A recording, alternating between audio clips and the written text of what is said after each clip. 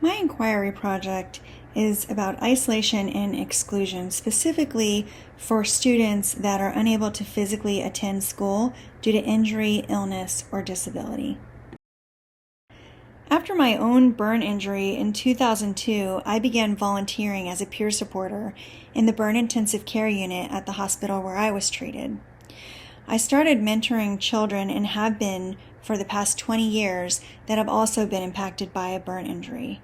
And one recurrent theme that I hear from these students and their families is the challenge to get back on track academically and the feelings of exclusion they have, specifically when it comes to their own academic success. Because I am not a teacher, I partnered with an organization, Hospital Homebound, here in town to interview a few teachers and also elicit survey responses from their students and parents. Through this inquiry, I'm trying to understand the impact of being unable to attend brick and mortar educational environments to improve equity and experience for these children. Specifically, I'm looking at the questions: what aspects of online learning can lead to feelings of exclusion? What aspects of online learning could support feelings of inclusion? And how does feeling included improve learner outcomes? What I proposed to do in this inquiry was reach out to students, parents, and teachers and elicit survey responses on a Likert scale of 1 to 5 regarding which activities create feelings of inclusion among students and create feelings of exclusion to answer my questions.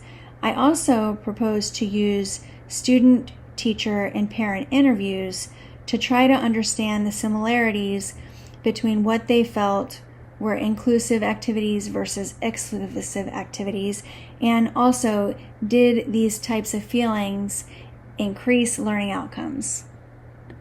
Unfortunately, I did not receive any survey results back from the organization. I believe because of spring break and the timing just didn't work out for them. So I hope to get the survey results back in the near future, but unfortunately not in time for this project. But for my data analysis, I did have student, teacher, and parent interviews. For the student interviews, I used an unstructured interview style with a free conversation, open-ended questions to really try to understand particular feelings that they had. For teacher and parent interviews, I used a semi-structured interview to solicit specific response regarding which activities they felt led to observed feelings of inclusion versus exclusion. Because I did not get the survey results back, I used the interview findings to turn the qualitative data into quantitative data so that I could put it into a chart, looking at which activities were associated with feeling the most excluded, and on the other side of the spectrum, the most included.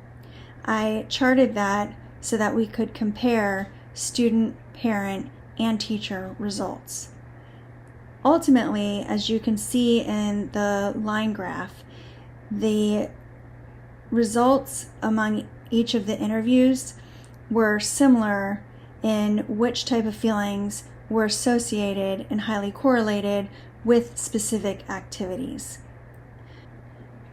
I also used those data points to calculate the mean and median of feelings of exclusion and isolation associated with each of those activities. I also included a few quotes from 2 student interviews that I conducted, as well as 1 teacher interview. I then spent some time hanging out with my data and trying to figure out what sorts of things were happening here. What did I notice? How might different pieces of data fit together? Overall, the information regarding feelings of inclusion and exclusion for specific activities were consistent across all interviews. And I thought that was really interesting.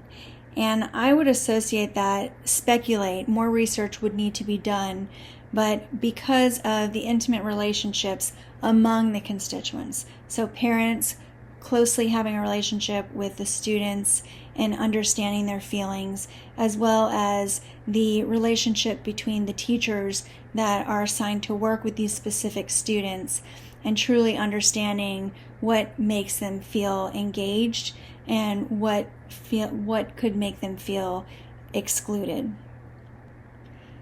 Both video conferencing, and feedback were highly correlated with feelings of inclusion.